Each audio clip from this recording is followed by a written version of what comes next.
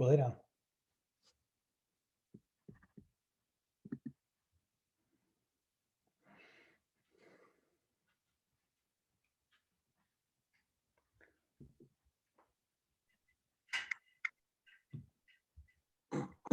Go lay down.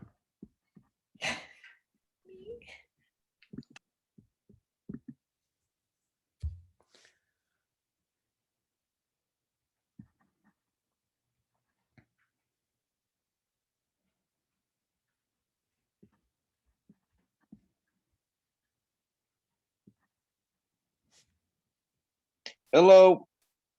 How you doing, James? Good. How are you? Good.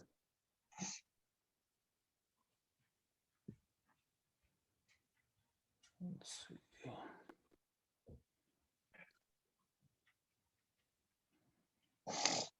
Oh.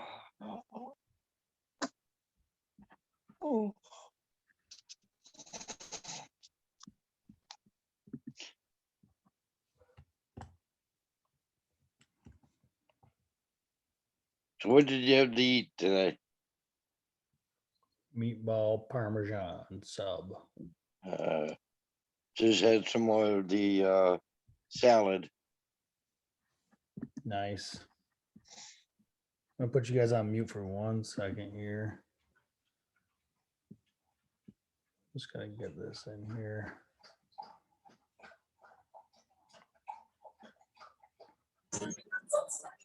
Hello. I'm just gonna nice background. I'm just gonna put you on mute, okay? I'm gonna put you on mute for the moment. You can mute me. Okay. Let's see.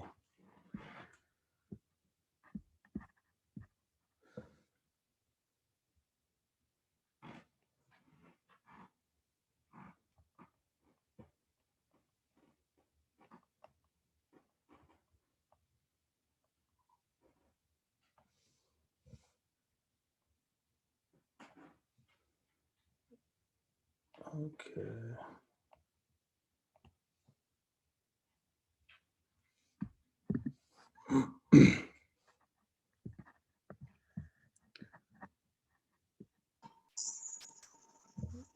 What up, Truth Lifer? How you doing? Good. How are you? Good.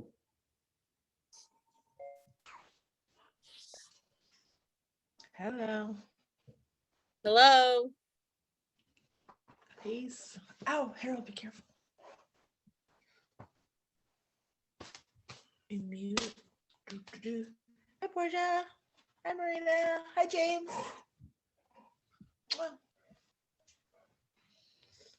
right, I'm gonna do the same, just like kind of like we did last time. I'm just gonna start everybody on mute. We'll go through a little bit of the notes, and then I'll just one by one come to you guys, stuff like that. So we're not doing feedback through the mics and not talking over each other. But I think Carrie's not coming. I think Christine and Randerson join us. But I'm just gonna get everybody on mute, and then we'll get going.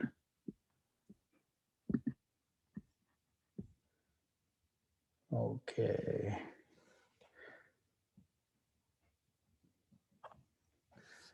Just give him one more minute here and then we'll get started.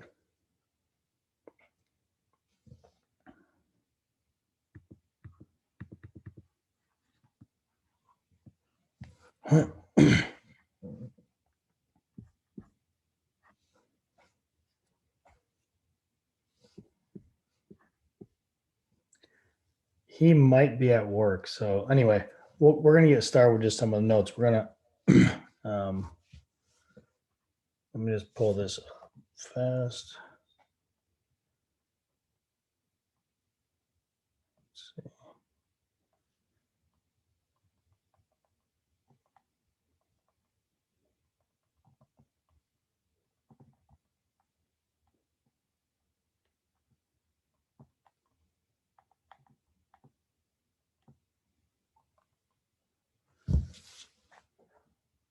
Okay. All right. So here we go. There's Matthew.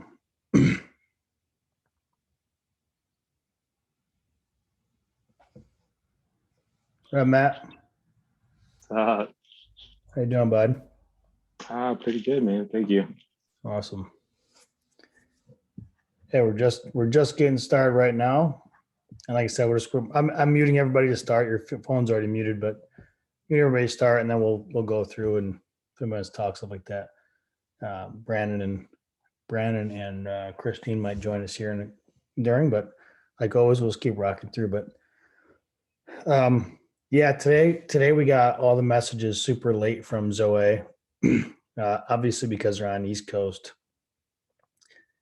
They get through the whole entire day, get the recording done, and they send us the whole email and the clips and all that stuff. So a little bit late on the messaging out today to give you guys a heads up. I know Matt had texted me personally and asked if we were doing it, but sometimes it's the mercy of ZOE's organization. So yeah, this is the last ZOE Connect group for season 1.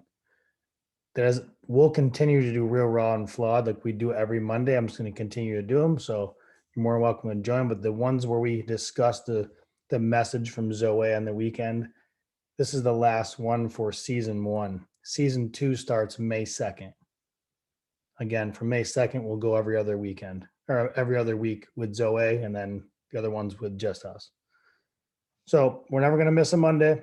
I'm dedicated every Monday, but this is the last ZOE for season 1. So I sent the video over. I know it's kind of late today. Hope everybody got a chance to watch it. This is a really good one. Again, I find it, for me personally, I don't find it that odd, but these messages keep showing up, and they're just exactly in line from our whole chapters of what we've been talking about right through for even the last year. And they're really falling into place at the perfect timing, at least for in my life, but I think for what we've been talking about and how we've been progressing. So hopefully you guys got to watch the message, but I'm going to go through some of the notes now, just kind of key things that they hit on. And this week wasn't Chad again. This week was Devon, and Devon spoke on, trying to live free and get your hope back. So trying to live your life a little more free than normal. But the main keys from the message, and then there's quite a few spots in the message I thought were really profound.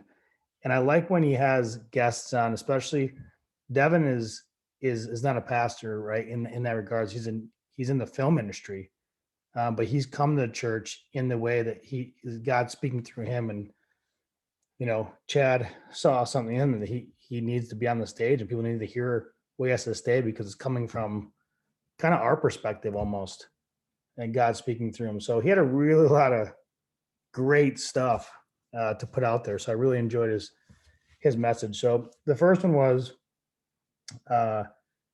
get real and acknowledge your frustrations. So really dig deep, acknowledge your own personal frustrations in life, write those down, journal it, note them. That keeps coming up in your life. Number 2 was get into the position of faith. Number 3, stop selling yourself short. Number 4 was focus your focus. And number 5 was set your expectations.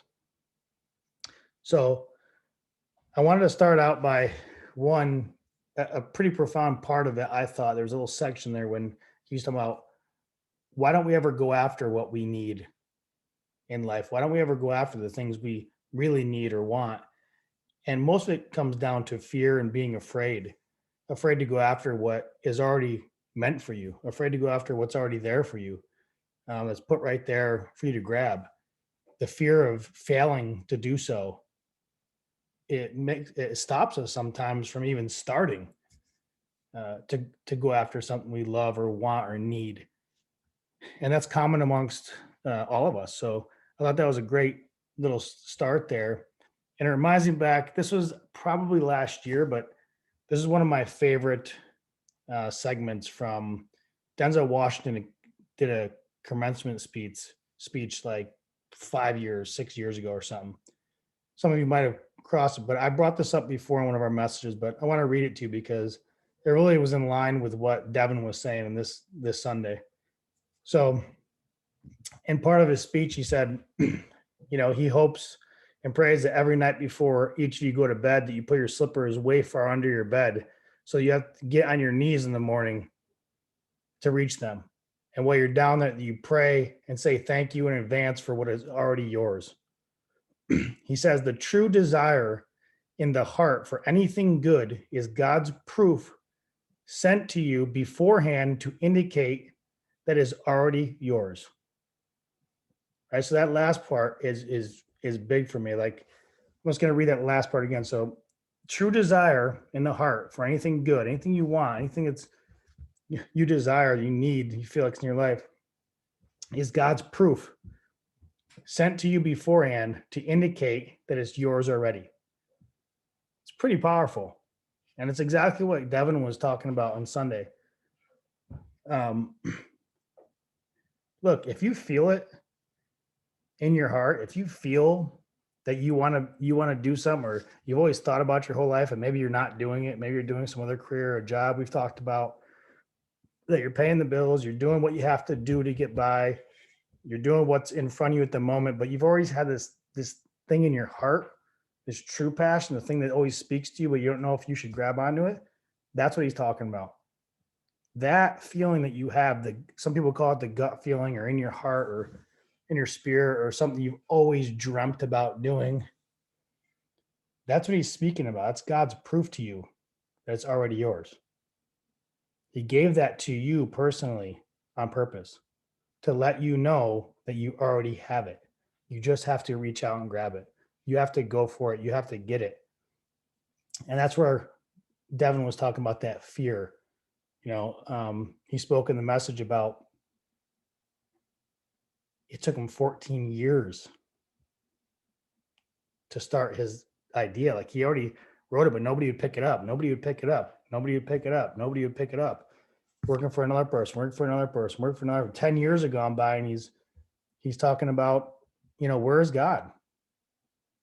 I've been doing all the right things. I'm showing up. I'm doing it. It's not here yet. And he talks about the timing. And sometimes God's timing is not your timing. Sometimes he doesn't show up when you want him to, because sometimes the things you want are not what you actually need in the moment. His timing is always right. You have to be patient for it. And I'm glad he brought that point up, because 14 years, it's a lot of patience to realize today, after those years, now that he is successful, now he got what he thought he wanted, that he's still, up to 2 days ago, living in fear and not living free. That was like profound to me. That blew my mind, because he was up there on the stage. He's sharing this powerful message. And you're thinking, man, this guy's got it together. He put the time, he put the patience in, he got what he wanted, he followed his dream.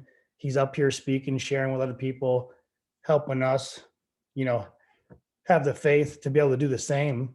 And he literally drops the hammer and says, it wasn't even 48 hours ago that I had this meeting with somebody I looked up with, and realized that I was living in fear, that I was still afraid. It was 2 days ago before he did this message. So that's pretty big. And, a huge one he said was, get vanity out of your victory. So you got to take the vanity, get it out, take these egos, wipe them aside, take what people think, or what you think people think or might think about what your dream is, what your heart's speaking to you, what it's saying. You got to throw that to the left. It's nobody's business but yours. Nobody judges you in this life but you. It's the only person that's allowed to judge you. God's already told you he's going to stand there for you no matter what. Forever. No matter what, he forgives you. So if he can, the only person that can judge you is you. And that's what we do. We judge ourselves before judgment comes to us by others. But that's what we're most scared of. Others. What are they going to think of me? What if that's not the right thing? What if I fail and somebody knows it? Get comfortable with failure. Because it's going to happen over and over and over and over. There's no peak, there's no top of the mountain, there's no end. There's peaks and there's valleys, and it's consistent. Always. So he kind of led into asking for help. It's okay to ask for help. It's the whole point of community. It's the whole point of this Connect group. It's the whole point of building this team of friends around you and family that you love and people that care about you, and searching out people that you hopefully care much about you. You care about them. And the whole point of all that, this human interaction is community. But if you're too scared to help the people, ask for help from the people closest to you, that could be debilitating, couldn't it? Because if the people closest to you, you're scared to ask for help, are you going to ask anybody else? You're going to ask strangers? You're going to ask your employees? You're going to ask your boss? No, you're not. You're going to be scared. If you can't ask for help from the people closest to you, who can you ask? So he's saying it's okay to ask. And he referenced, professional athletes at their highest level. How many people are on their teams? How many people? They have fitness directors and sports therapists and psychologists and coaches and this and that, nutritionists. They have all these people putting in their part, their highest level, to help them win. So who's helping you? Who's your team?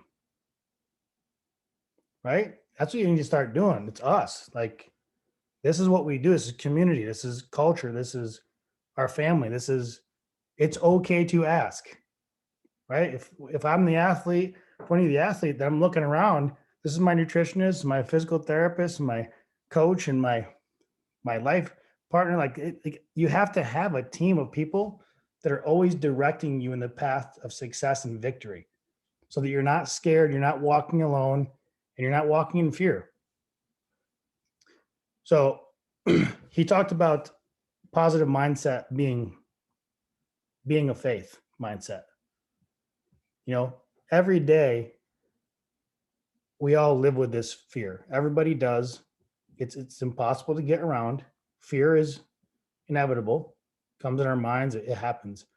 But practicing positive mindset each and every day and making a choice every day when you wake up, getting on your knees, getting your slippers way under the bed, thanking for the things that already thanking in advance for the things that are already yours, starting a day like that. That's what he's talking about. Positive mindset is a faith mindset. So if you can get in that right state of mind, you can make that choice when you get up in the morning and start your day. There's a scientist that says, he writes a lot about how you start the day and what and affirmations and talking to yourself. And he says the first 5 minutes of your day when you wake up dictates the rest of the day. No doubt. Scientific fact. Whatever you do in those first 5 minutes of the day leads to the rest of the day. So obviously we know getting sleep's one, but what are you doing right when you get up? Are you thanking God for what you have?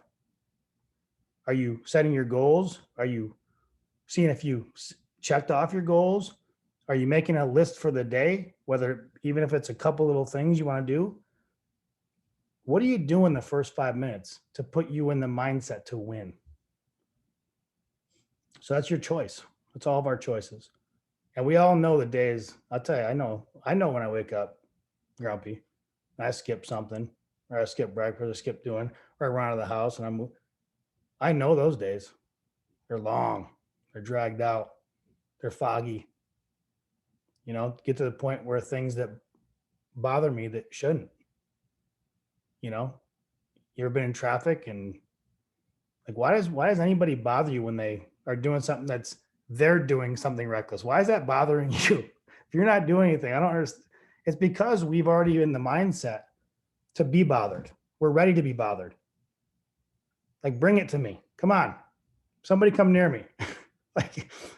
So the first 5 minutes of your day. So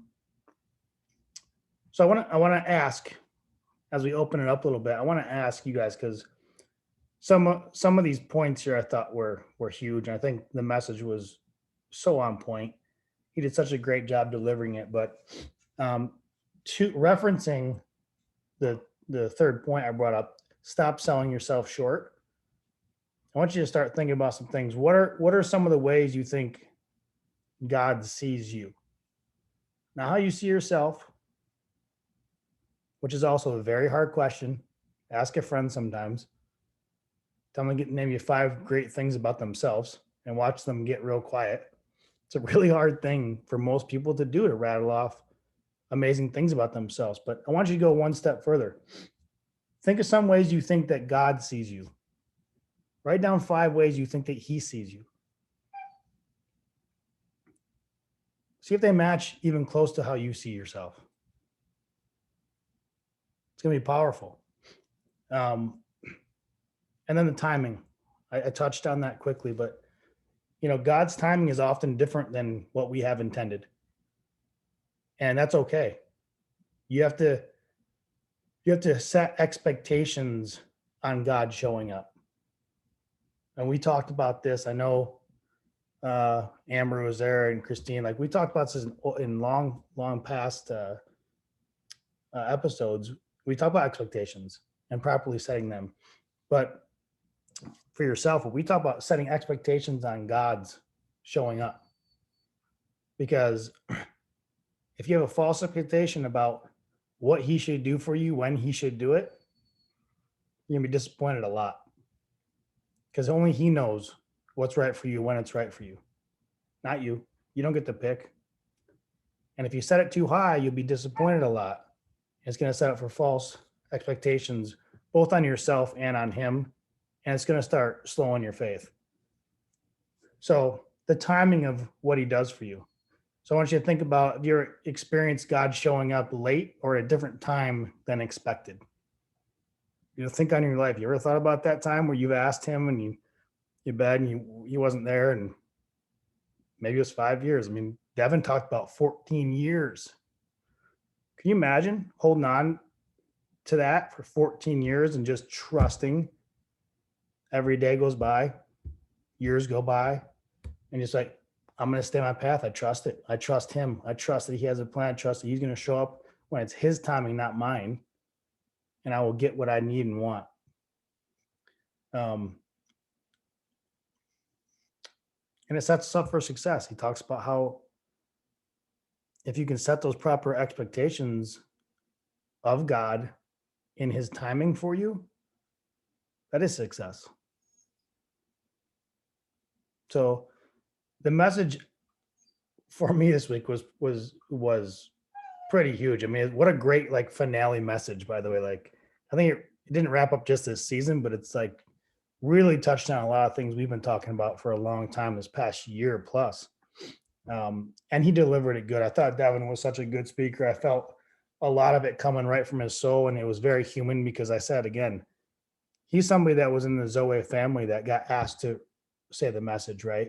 It's not like Chad where he lives this every day. So there's a lot of heartfelt to it. There's a lot of personal experience in it and proof. And I love seeing that out of people. I love seeing the truth right in front of you, and you can be able to relate to just another human being standing in front of you going through the same thing.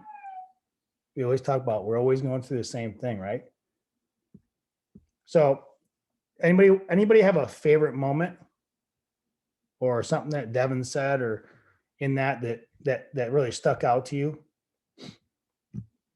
Or does anybody want to speak on the 2 questions I asked? I mean, is there the way God sees you, maybe? That's a tough one. I don't want to call anybody out, or the talking about showing up at a different time in your life unexpectedly, maybe that you thought that was going to be at a certain time, but it wasn't until much later. Anybody? Silence in the audience, or am I just muting you all? I can't hear anybody.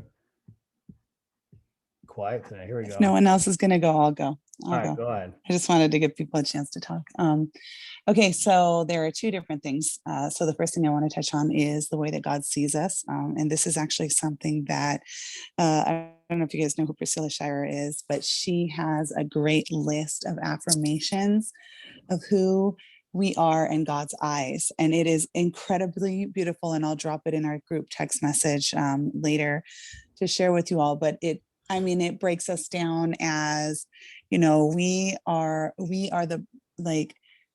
the sweet scent of Christ to God, right? Like he smells us, like the way that we smell to him is like the smelling, and the way that we smell a newborn baby, right?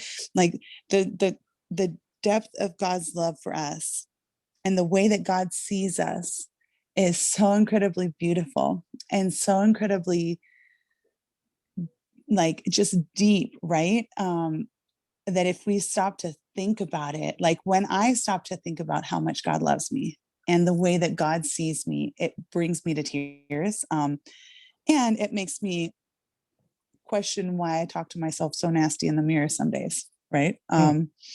So that's one thing, because really, like, look at anything that you have, like anybody who's a parent, or even just think about if you had a great relationship with your parents or with somebody that was older, how they encouraged you or how they looked at you, or like how a parent looks at their newborn baby or their little baby who's just learning to walk and they just oogle over them, right? That's how God looks at us, but like magnified. And so that's just something that I like to hold on to, especially in those moments when I'm really kind of down on myself and I'm like, wait, hold on a minute. I got to shift that perspective. So that's one. And then the second question you asked, I forgot, and I had a response to that and I have no idea what it was. God showing up for you at his timing. Oh, dude. Everybody's got this one. I know it. Yeah, this one's big because we sit there and we're like, no, God, I want this right now. Right. And it, like for me, and I think I have shared before that I went through a really big season of learning to surrender. And in that season of surrender, God made me wait.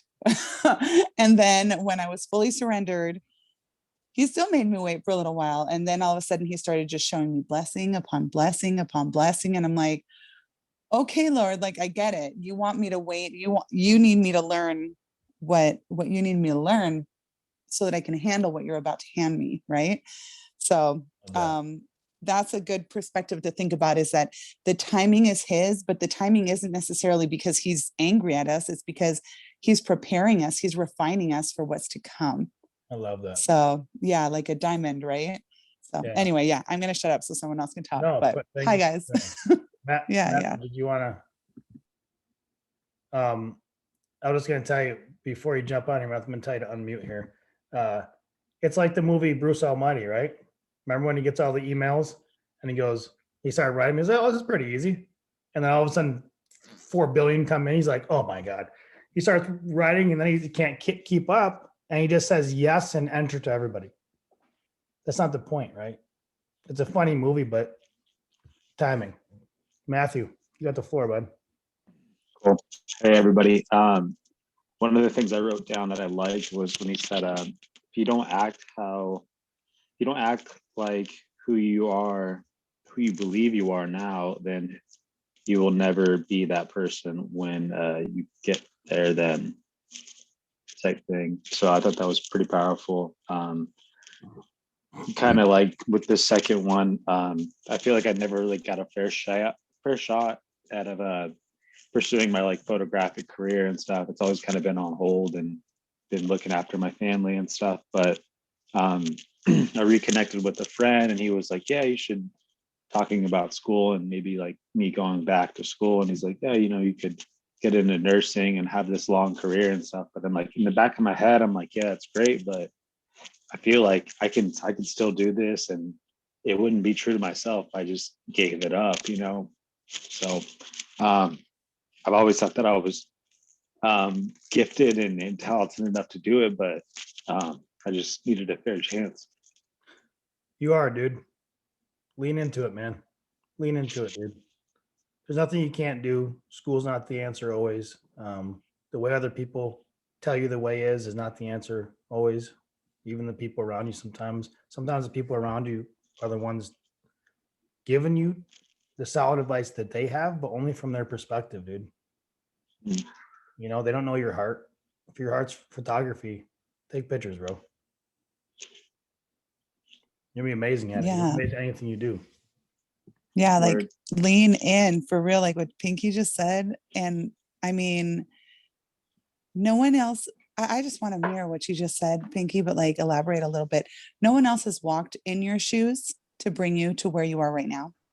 And as much as they desire to kind of speak into your life, like remember that you don't have to take everything that everybody says, right? Just consider it and pray about it, and whatever God, wherever God leads you, no matter how crazy people say that you are or whatever, like just keep going with that, because Heck yeah. that's what he's refining you for. Yeah. Okay, Amber, what's It's already yours. It's in your heart, dude. Amber.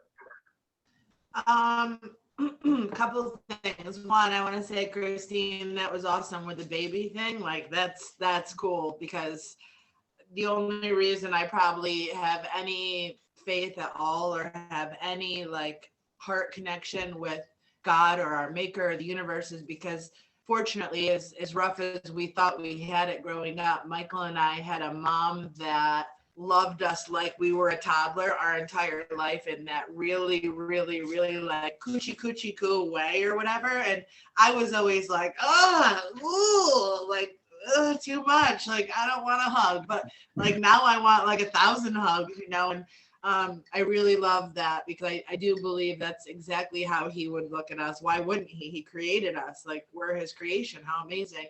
And Matt, to you, sweetheart, listen, just whatever your gut instinct, whatever is repetitive coming from your soul, no matter what anyone says, the voice that is the loudest is the thing that's coming up inside of us that just won't shut up. And it will continue to get louder throughout your life. And to Michael's point, like, I spent my whole life like writing this book that I'm, writing or whatever, and it could mean nothing and it could mean everything, and it's really irrelevant. But I remember like every single second of the duality of like me, like my avatar on earth here, walking around living this life, and then the soul me that was looking at me living this life, always in this conversation of me like, you're a fraud, or you're not really a writer, or you're not, like, why are you a writer? You didn't write anything, or whatever it is. And I mean, this has gone on for like you said, your boy, 14 years waiting for that moment. I mean, I felt like this as early as I can remember, to like 8 years old, and now I'm 45 years old, and I'm like, I actually did the thing, and now I'm like, oh, well, I told everybody I was going to do it over and over again for 10 years, not fully believing I would even do it. And then I did it. Now what am I going to do? And so, but that was in me bubbling always. Like, if I had not done that and died, I would have felt like that was the real like atrocity or fraudulent life, like not having done it. And whatever that means, and whatever anybody thinks of me for doing it or not doing it, is irrelevant. It's that I listen to that voice so that I don't die, because that's the disease, like not listening. We have some coding inside us that's kind of showing us our way. So keep everybody following your heart and your dreams, and know God is talking to you in that inner voice.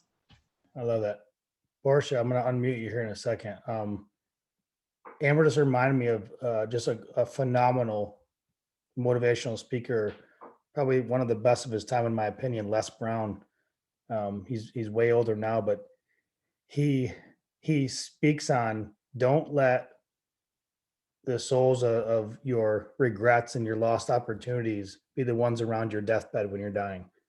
And he talks about this full-on sermon about, on your deathbed, people feel regret and they say things, and everybody's probably been there. If you've lost somebody, they start to question things in their life, and they start to regret things. And they start to want to play catch up and say sorry and forgive me. And he speaks on this sermon about, don't let those spirits surround your bed on your last moments. They're going to be the spirits of lost opportunity and regret and things you wanted to chase, right? You don't want that. You want to go out in peace, in love, in harmony, like soaring, like Thelma and Louise grabbing each other, flying off a cliff in a convertible. You know what I mean? Like full on living your fullest life and loving everything about it, and going out on your terms with zero regret. So I And appreciate you bringing that up. one Amber. more thing. Yeah, and one more thing about the Les Brown, just also for Matt and all of us, is don't forget that the other really cool thing about his story was that he kept going to this same place that he wanted this job, and they kept telling him no. And he just Yeah. kept showing up again the next day, and they'd tell him no, and he'd show up again. 5 And days they in a kept row. telling him no, and like Hey, talk man. about God's time. Yeah. And literally, like he went like 46. Yeah, he like went over and over and over, and then finally the guy was like, "Fine, dude. Like I'll give you a job." Like he didn't even want to give him, but in God's time, he had to prove something to himself, and it was really beautiful. So I love that. Portia.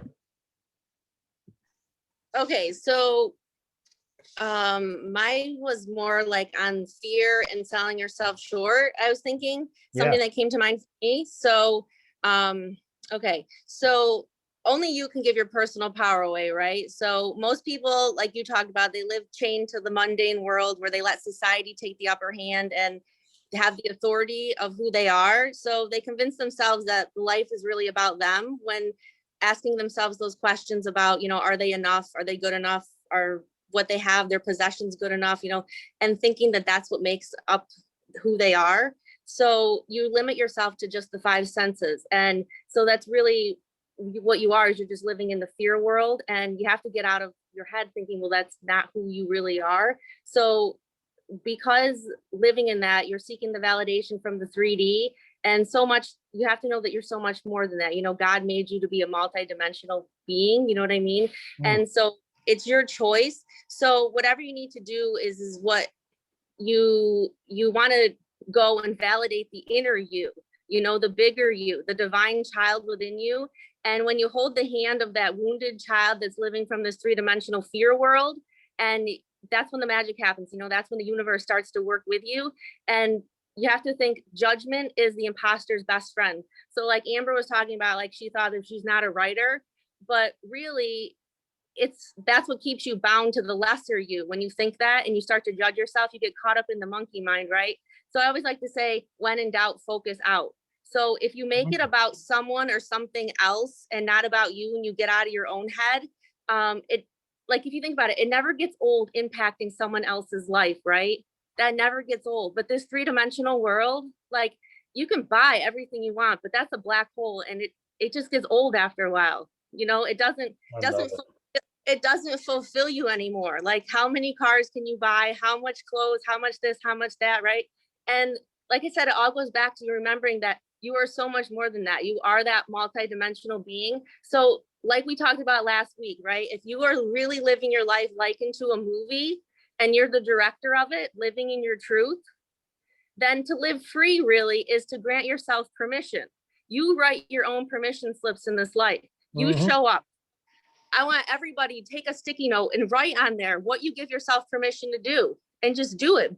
Whatever you want to do, whatever you want to create, whatever you want to be, because you're the one that's in charge. Do you know what I'm saying? So it's already granted. You don't have to think that someone's not going to come and save you. You have to do it. And if you're not going to do it, someone's going to do it for you. So it's in your power. So I love the view. I love the lenses. I love the lens you're looking through. Right. So listen, so what you resist persists. So if you a lot of people live, but they're not really alive, right? You know what I mean? We've all heard that. And if you look at everything in life like it's a miracle, like literally everything that happens, seriously, it really is like a miracle. I mean, God is always there talking to us, doing something. So basically, I guess to sum it up, you only get one life, and it's what you want to make of it. So make it count. Give yourself the permission to do whatever it is, and just get out of the fear. Because really, at the end of the day, if you ask yourself, I always ask myself this one question: what's the worst thing that could happen? Seriously. And They're gonna cut us. They're gonna cut us. Most of the time, it's because you're living in the fear. I love it. I love the practice. They're gonna cut us off here. So I love that as an end. I love the lenses coming through. Remember, this is the last season, but I'll see you next Monday for sure. We're gonna continue every Monday. We're gonna keep going.